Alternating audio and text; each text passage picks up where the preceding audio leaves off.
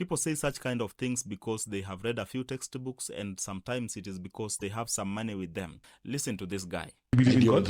No, I don't believe in God. So you're atheist, agnostic? No. Just a very spiritual guy. Most Kenyan people grow up in either Christian or Muslim home. I can tell you one thing. My mom is a pastor. Hata ordination yake as a pastor kwa hiyo kanisa niliendanga kwa kanisa yao. I am a very simple guy. I don't believe in God because I've missed jaimuona. The reason I'm asking, I want to focus here a bit is me, I'm an agnostic. So agnostic means you don't know. I don't know. There could be a God. Hizo process yote nimepitia. There was a time I was agnostic. Time zingine unakaa nikawa unakuwa atheist. But then by the end of the day, I just came to realize religion. Kuna kwanga God ako hapa. Religion ndio hii. So every time you try to speak to God, religion comes between you and God. Kuna kakok blocker. Yeah, so so the moment umetoa religion hivi, you realize God, unaongea naye direct. Yes. You breathe God. Yes. Sindio, like say if I was to choke hold you, nikukate hewa, what do you lose? Consciousness, awareness. So I believe in you're being conscious, being aware. How did you come to that? Niku try everything. You know, when you try everything and then you realize, okay, niliamka hivi nika. This man, for me, I think he is very confused. He says things like, I don't believe in God, but then says he wants to talk to God, but religions come in between to prevent him from talking or communicating with God. But that aside, what has caught my attention is the fact that he comes from a pastor's family.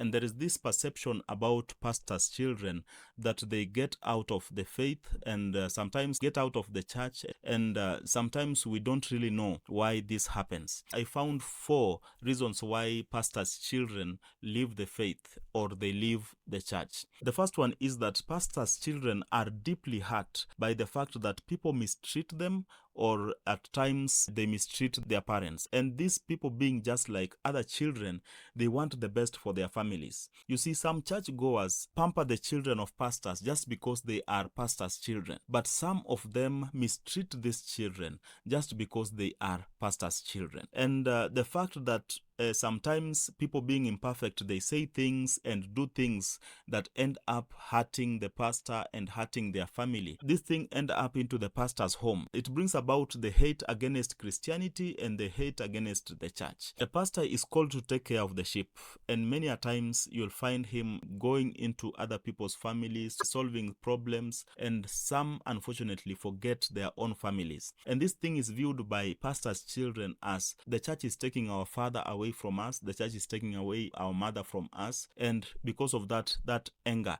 develops. The second thing that drives pastors' children out of the church or out of the faith is the fact that people expect them to be perfect. You see, when a pastor's child does a mistake, mostly they are referenced as pastor's children. A pastor's child should not do that. Some people don't think that pastors' children are just children like any other. They can make mistakes, they can say things that are wrong, but when they do, we should treat them with grace, just like we treat other children. Because people expect these children to be perfect, these children end up acting for the rest of their lives. And then when they get to a place where they are in their teenage years, they become rebellious and don't care anymore about what people think. They end up snapping, going out of the church entirely or going out of the faith entirely. But if these children were truly saved, eventually God arrests them and brings them back into the faith. So we should pray for pastors' children. The third reason why pastors' children end up leaving the faith or leaving the church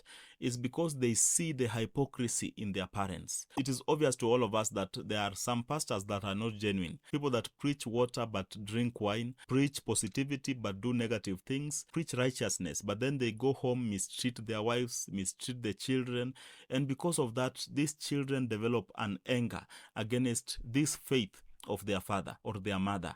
The fourth reason why these children leave the faith is because of spiritual attacks. The devil does not want Christianity to thrive. The devil does not want the message of the cross to reach many people. The best way to prevent the message of the cross from reaching many people is to distract the messenger, the people that have been sent to deliver that message. You find that he attacks the children so that the father or the mother can be distracted and to stop spreading the message. The other thing is that the devil wants to attack the future of the church. And when he notices that a preacher's child or a pastor's child is interested in these things of faith, he attacks them so that they can go away from the faith and even be an attack against the faith that they initially believed. The devil also wants the world to speak against the church. So what does he do? He attacks the people that are propelling the gospel, ensuring that the church does not have a future generation, people that will spread the gospel tomorrow.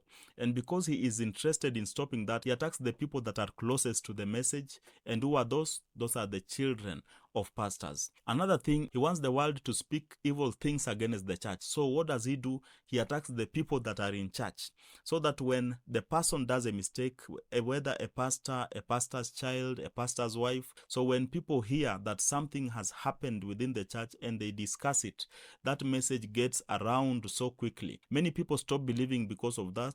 Those that were considering to get saved, they end up not getting saved because of the news that is coming out of the church. So what should we do as Christians? We should pray for our pastors. We should pray for our leaders. We should pray for people that God is using to propel the gospel of Jesus Christ.